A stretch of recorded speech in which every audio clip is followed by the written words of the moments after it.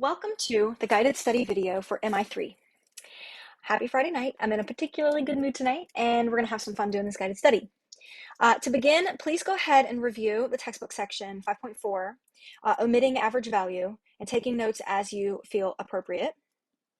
Then I want you to download this mathematical file that I have posted here and go ahead and try. So pause this video if you haven't done this already and try your best to complete this file. I think it's pretty straightforward the way I have it formatted. Try your best to complete this file as you watch the videos below. Now the examples in this guided study video or this mathematical file are the exact same examples as the ones talked about in both of these videos. So example 1 and example 2, example 1 comes from this video and example 2 comes from this video. So take a look at that file again and pause this video and try to give me a solid attempt at completing the file and submitting the Desmos activity before you continue watching this video. Desmos activity is here. There's a link to this YouTube playlist for this professor's full playlist, but go ahead and try to do the mathematical file in conjunction with the Desmos activity together. They go together, you'll see as you read them, before continuing watching this video. So fair warning, give it a shot. Do your best for me as I wait for everything to open on my end. So bear with me here for a second. So, man, everything's just being really slow. You know, just like in COVID. My internet's not usually this bad. So, how's everybody's Friday night? All right, here we are. So, you can see the title of the example matches the title of the example in the mathematical file. You'll have the mathematical file hopefully opened up. You can also access the mathematical file using this link. I'm not going to click it because it's just going to make things take forever longer again, but they're the same file. And then you'll see, if you're looking at it as you're watching this, that I ask you to copy and paste your code below for the line that I have called double integral underscore example 1 equals. And you'll see it in the mathematical file. All right, we're going to have to just try to open it through Finder. All right, so you guys get that taken care of while I get that taken care of. There we go. There we go. So you see the file right there now. Hopefully nothing's gone awry. But read through the instructions, and again, so the regular example 1 is exactly like the first video example, and then the Desmos example 1. See how this one says Desmos example 1?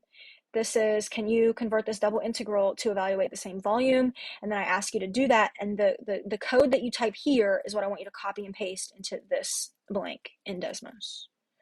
Okay, so let's go through this, how hopefully you have already done this or are doing this now if you were confused.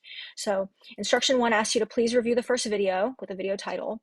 And then in this video, we're using a triple integral to find the volume below the plane z equals 1/2 y plus 2, bounded between -2 and 2 in x and 0 and 6 in y. So if you go to this line of code here and you press play, you're going to see the picture, the exact same picture that the professor neatly hand drew on the board. Kudos to him for being able to draw 3 dimensions and 2 dimensions, because that's a talent. Then I have the code for the integral. If you play this integral, it'll give you 84, which you saw in the video. If you've watched the video, is the value of the integral. So as a note here, look at the way this code is written. I'm integrating the constant 1 from x equals -2 to 2, y equals 0 to 6, and z equals 0 to 1/2 y plus 2. So notice how the order of integration in the MATLAB code is backwards.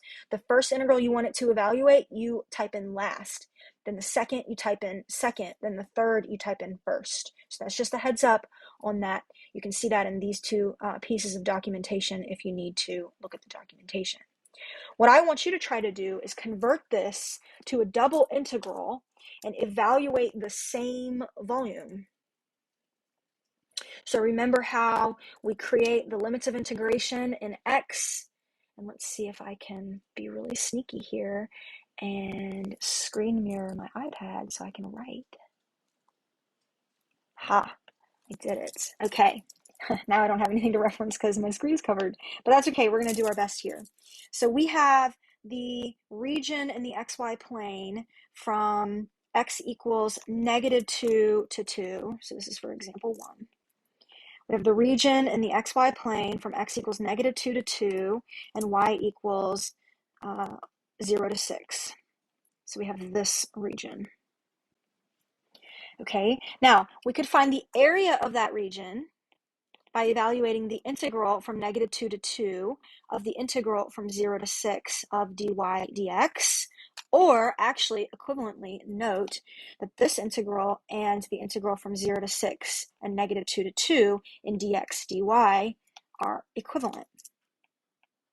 And another way to write it, he talked about this in the video as well as this is going to help you in a little while, would be taking the second integral from 0 to 6, the second part of that integral from 0 to 2 of dx dy, but then multiplying by 2. So the limits of integration 0 to 2 here will calculate this area. We're still in area right now. If we double it, then we would add that area. But remember, when we add a function here, so if I add an f of xy here, I will be calculating a volume.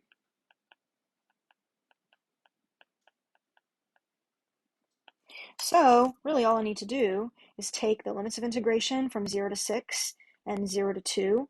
If I do that, I multiply by 2 and integrate 1/2 y plus 2 dy dx. So essentially I'm really giving you the answers here to the guided study problems, but that's fine. Hopefully you've taken a solid attempt. If you didn't get your answers right in the guided study, if this doesn't match, you already did it and this doesn't match what you have, don't worry about it. Please don't take the time to fix your answers if your answers if your answers aren't right. It's more important that you understand why your answers are wrong than you take the time to fix them.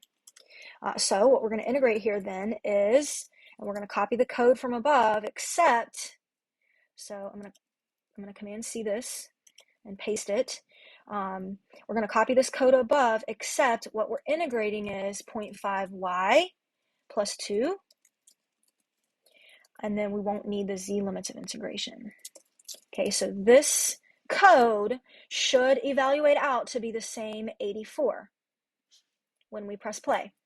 And I am integrating from -2 to 2, so I'm not multiplying it by 2. Let's stay consistent with my, the way I wrote it in the document and see if it works. There we go. We got 84. Okay, so hopefully this is the code that you copied and pasted into the Desmos activity. Just go and do that and submit. And then move on to the next problem. The next problem refers to Desmos example 2. Okay, so hopefully by this point you've completely finished that first video. You found the output is 84. You're good to go. You did example 1 correctly. Again, if you got it wrong, it's not a huge deal. Just go back and understand why. Go back and understand why for me. I can even show you too that if I copy and paste this code and take out the 2 and then put the -2 limit of integration back in, press play, I still get the same integral. I still get the same answer. Okay, so good job for Desmos example 1. Now, at this time, please go ahead and watch video 2 and make a solid attempt at this Desmos activity number 2. Okay, in number 2, the video, so hopefully you've watched it at this point. Pause this video and watch it if you haven't. It's a good exercise to do this. At this point, you've watched the video, you know the answer to the integral. Note that the integral where he applies trigonometric substitution, I would consider to be an advanced integral, not one that I would ask you to do on an in-class checkpoint. Maybe on the final, but not on an in-class checkpoint. Let's just go through the theory here. If I press play on this first line of code here, I get the picture of the volume I'm trying to find. This is a cylinder created by the circle equation, x squared plus y squared equals 4, from the range 0 to 8 in z. Okay, so if I fix this just a little bit and label my axes like I should have, so go ahead and add this little bit of code and press play. You'll see your X, your Y, and your Z axes, as you'd expect. So this is the volume we're trying to find, the shape we're trying to find the volume of. And note, I put the basic geometry calculation here because pi r squared h is the formula for the volume of a cylinder. That's 32 pi. So the cylinder has volume 32 pi.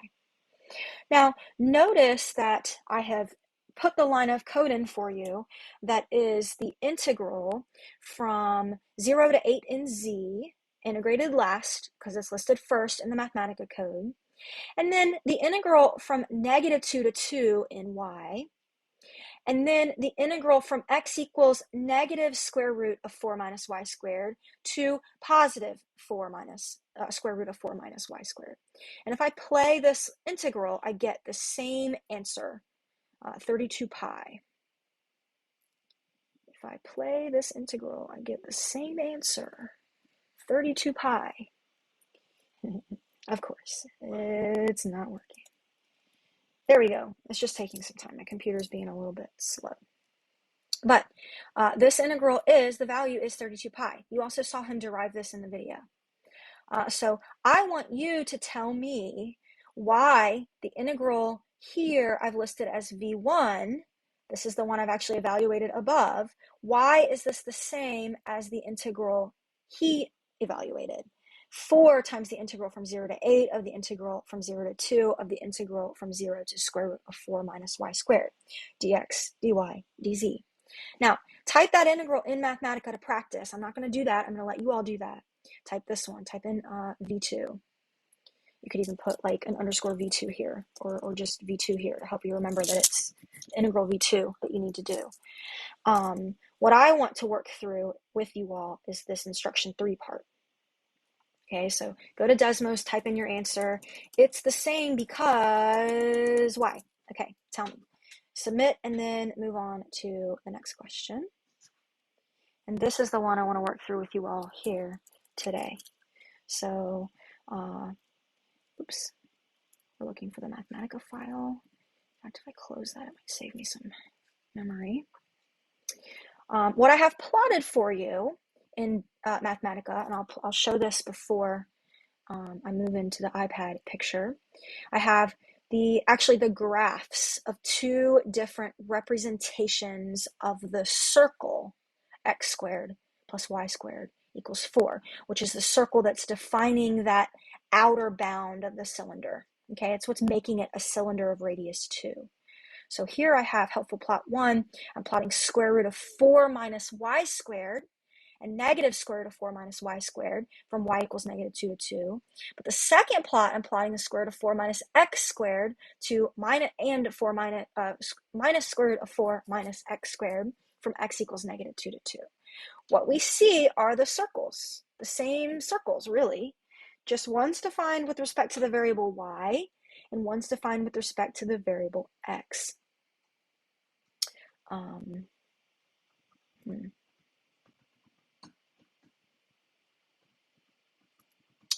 Interesting. They look exactly the same, which I'm not sure if they should. But regardless, I'm going to switch over to the iPad so that I can show you exactly what I want you to kind of hone in on here. Okay, so let's do that. My dog is chewing a bone in the background. Apologies if that is audible and annoying. But we're going to go with it because I'm not re-recording it. We're only on take 2 tonight, not take 4. But all right, so example 3, we have the cylinder. So volume of cylinder of radius 2 from 0 in Z to, I think it was 8. Might have been 6. I think it was 8. We're going to go with 8. I'm not going to redraw it because, yeah, that's not going to work. But what I will draw is the projection of the cylinder in the xy plane. Okay, that is the circle of radius 2. So x squared plus y squared equals 2. Now, what I really want to hone in on here is that we integrated this. So volume, let's say, let's do volume v sub x is the integral from 0 to 8 of the integral from -2 to 2 of the integral from let's do his integral. So let's change this to 0 to 2 and this to 4 minus y squared. That's dx, dy, dz. And what we want is to create a new triple integral over a new region where our order of integration is dy, dx, dz. So essentially, we want to switch dy and dx, the order here of dy and dx. Now note that the limits of integration for x, the limits of integration for x are in terms of y. And of course, back up, to get this right, we do need to multiply this by 4. Okay, we already talked about that a little bit. What this says is x's range is between 0 and the square root of 4 minus y squared. All right, so that's really that function. If you graph that in your calculator, is the function x equals the square root of 4 minus y squared. So this is actually the semicircle defined here. And that's a terrible circle. Semicircle defined here, where all of the radii values are 2. Okay, so what this is this region. Okay, and when we multiply by 2, we're extending this out. This part of the graph would be x equals negative square root of 4 minus y squared. See how that's the same circle? It's not beautifully drawn, but pretend like that's a perfect circle, where the negative square root equation is the negative x land, right? And the positive square root equation is positive x land. This is the x-axis, and this is the y-axis. Well, what I really want you to grasp here is that solving for x, and solving this equation for x, which is what we've done, x squared equals, oops, sorry, that should be a 4. But what we've done here is solved this for x, 4 minus y squared, giving us x equals plus or minus 4 minus y squared. Okay, if you didn't know that, this is the rectangular form of the equation of the circle. Right? We're going to learn cylindrical coordinates next week, but for now, we're sticking with rectangular. If I solve this for y instead, what I'm graphing, so x squared plus y squared equals 4, the solution is y equals plus or minus the square root of 4 minus x squared. Okay, so we have two equations, positive square root of 4 minus x squared and negative square root of 4 minus x squared. Positive is this piece of the graph, right? When we solve this and get the plus or minus, we essentially get two functions of x solving for y, right? This is known as an implicitly defined function. So with two explicitly defined functions, we have the full equation of the circle in rectangular coordinates. And this one is as well, though this is not a function and y is a function of x. This is actually x as a function of y. So where I'm going with this is, instead of using the equation 4 minus x squared and integrating with respect to x, we could use the equation, sorry, I think I said that wrong. Let me say it again. Instead of using the equation 4 minus y squared and integrating with respect to x, we could use the equation 4 minus x squared and integrate with respect to y and get the same answer. Okay, so option 1, integrate from 0 to 8 in z, and then integrate from 0 to 2 in x, and then integrate from 0 to the square root of 4 minus x squared in y. Multiply all that by 4 because this is going to be v sub y. Multiply all that by 4 because we split the integral twice. Okay, this integral is only calculating this part of the volume, where this integral then is only calculating this part of the volume, technically. That's the calculation, so we have to multiply it by 4. Another option would be volume equals just the integral from 0 to 8 of the integral from negative 2 to 2 of the integral from negative square root of 4 minus x squared to positive 4 minus x squared, dy, dx, dz. Now, I want to briefly mention again, using this integral, what advanced integration technique would be needed here. didn't plan on doing this, so let's see how it goes. We have the integral from 0 to 8 of the integral from 0 to 2 of y evaluated from 0 to square root of 4 minus x squared dx dz. Oh boy.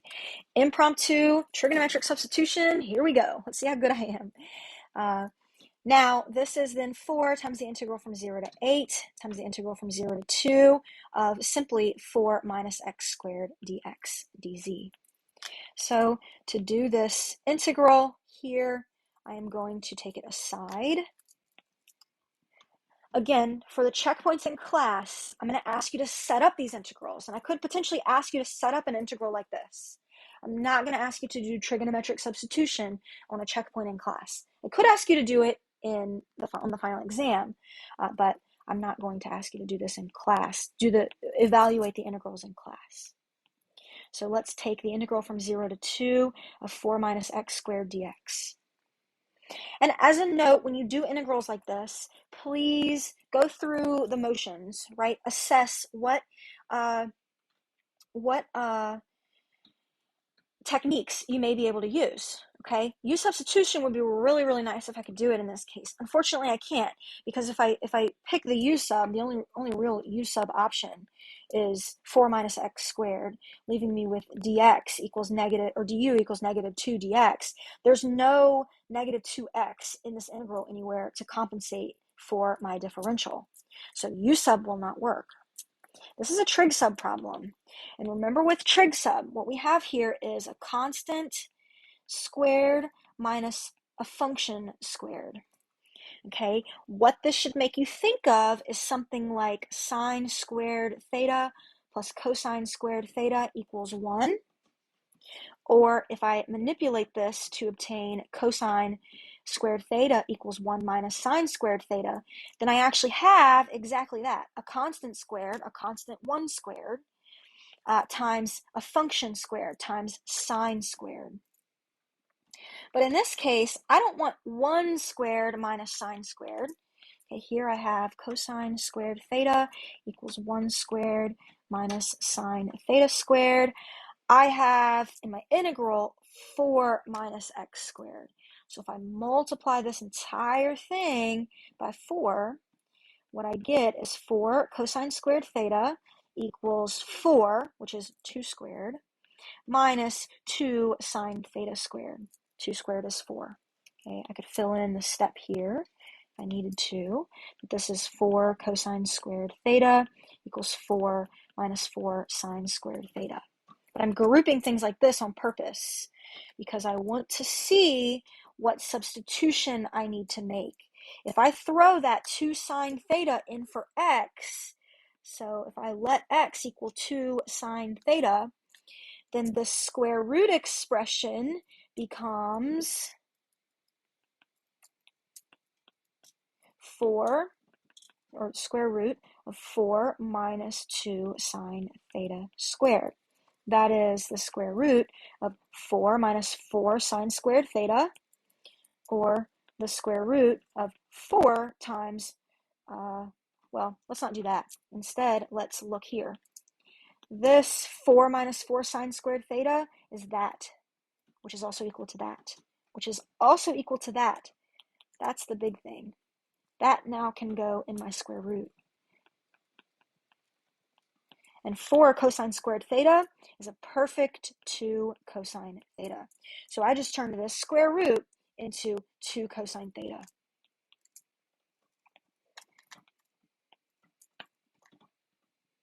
But don't forget, from Calc 2, once we choose the substitution, x equals something, we also have to change the differential.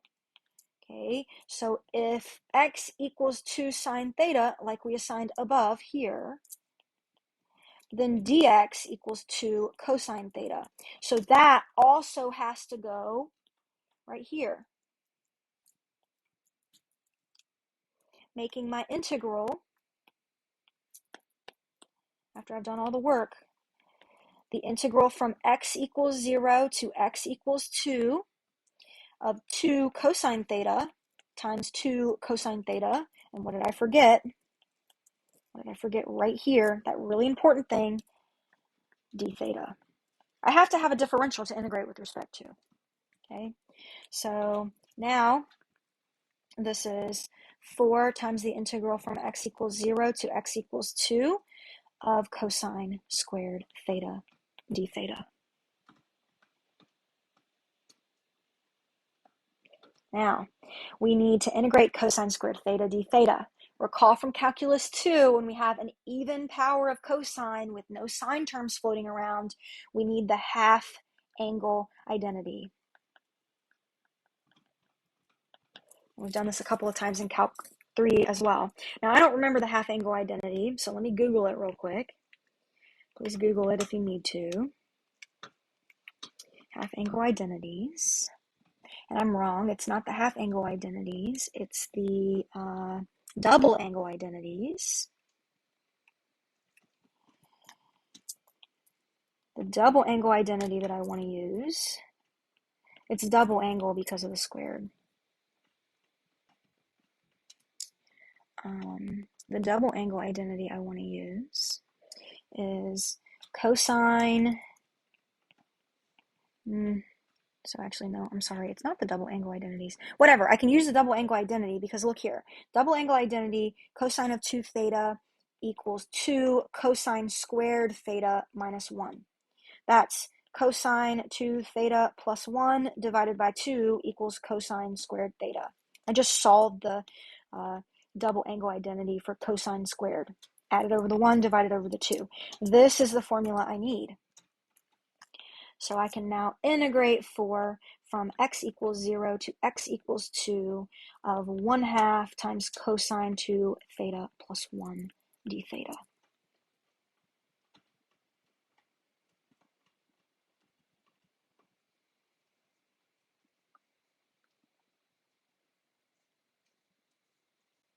All right, so let's do this integral. This is 2 times the integral of cosine 2 theta d theta plus the integral of d theta, both from 0 to 2.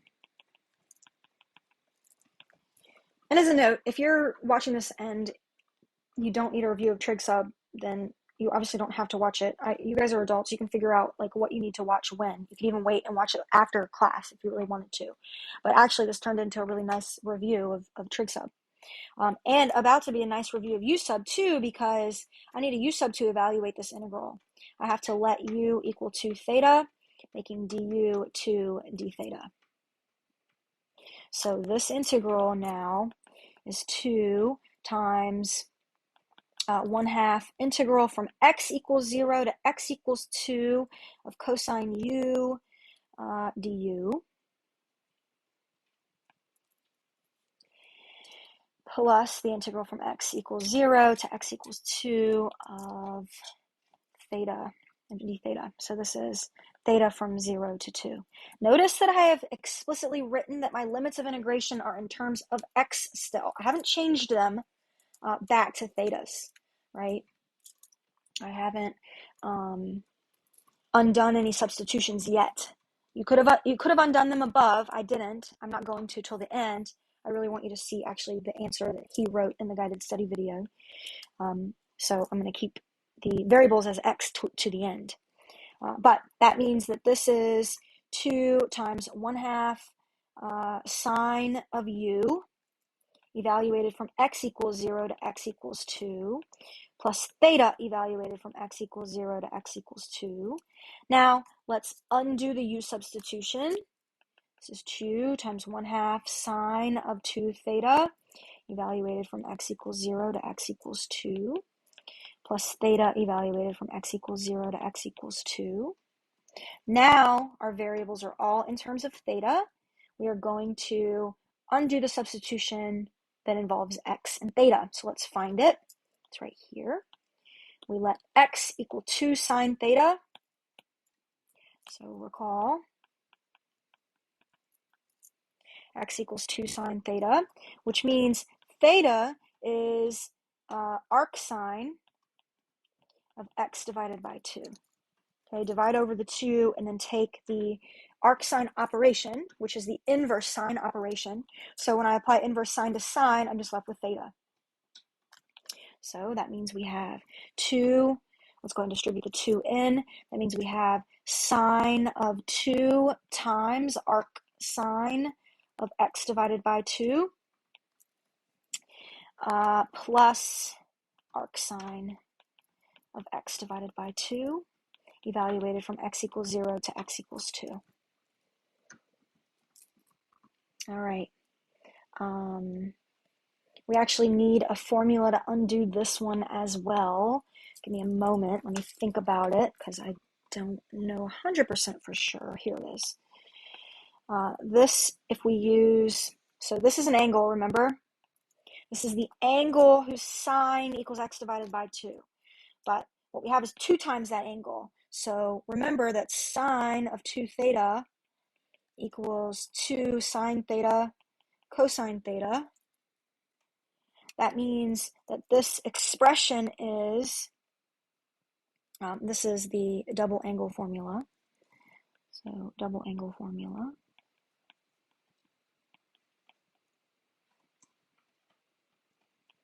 So this means that sine of 2 times arc sine of x divided by 2, which is the angle. So let me highlight that as the angle. This is theta. So I need to throw that theta into a sine and a cosine. Right, so that means sine of 2 arc sine of x divided by 2 is 2 sine of arc sine of x divided by 2 times cosine of arc sine of x divided by 2. So this is this aside.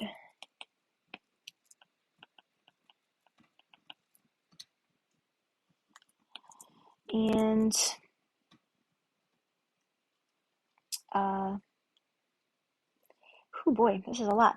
Sine of arc sine of x divided by 2 just equals x divided by 2, right? You apply sine to the arc sine.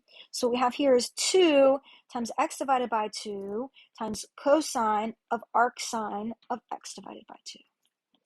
And since this is an angle, we can create a triangle. Remember what arc sine of x divided by 2 says. This equals the angle whose sine is x divided by 2. And sine is opposite over hypotenuse, right? SOH. So draw a triangle like that. And then what we want to do is label the angle theta, whose opposite is x and whose hypotenuse is 2. And we're going to have an unknown side over here. I'm going to label a smiley face. But this expression actually wants us to take the cosine of that angle, right? This is the angle. We want to take the cosine of it. And remember that cosine is adjacent over hypotenuse. So we need to solve for this. This is x squared plus smiley face squared equals 4, or 2 squared. So smiley face here equals 4 minus x squared under a square root. It is technically plus or minus, but we only consider the plus side because we're dealing with distance measure. So that means the cosine of this angle is the square root of 4 minus x squared over 2. So that is this. Okay, so we're still at the aside. I'm going to copy and paste it so you see exactly what's happening here, hopefully. This is square root of 4 minus x squared over 2. And then we want to carry down the x. So overall, that first term is x divided by 2 times the square root of 4 minus x squared. Now, I think, if I remember correctly, this is what he had in the video. If it's not, it is algebraically equivalent, if I did it right. But regardless, let's pick back up with the integral. So we pulled this aside here. We were dealing with this integral. We found this expression, this new expression. So I'm going to copy and paste that and divide my paper. picking back up at star, I have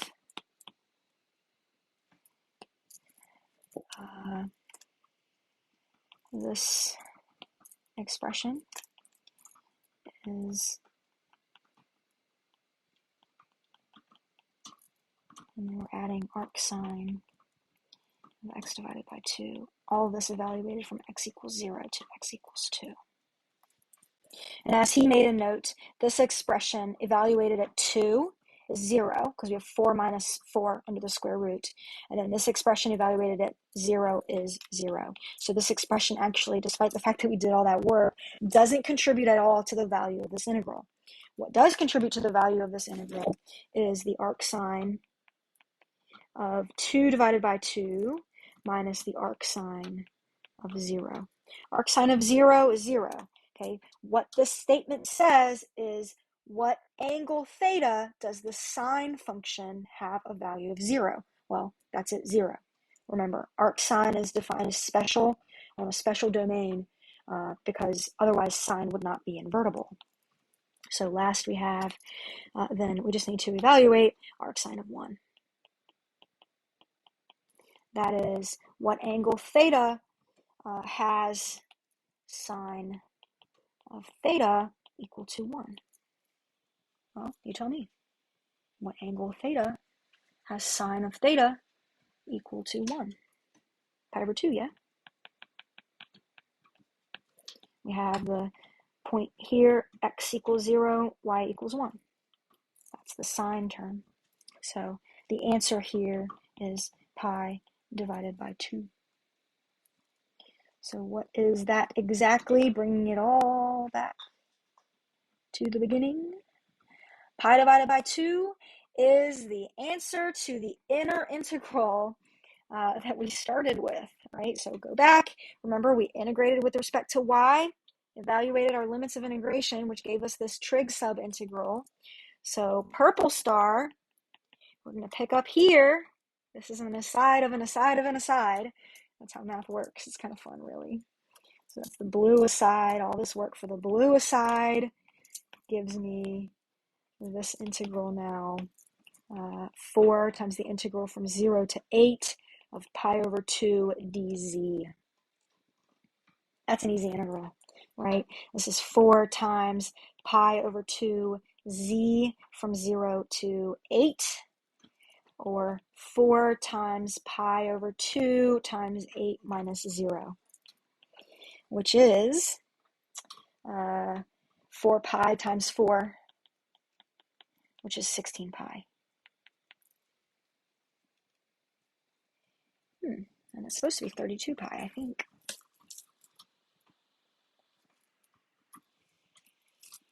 What does Mathematica say? It is supposed to be 32 pi. So we missed a multiplication by 2 somewhere. Where did I miss the multiplication by 2?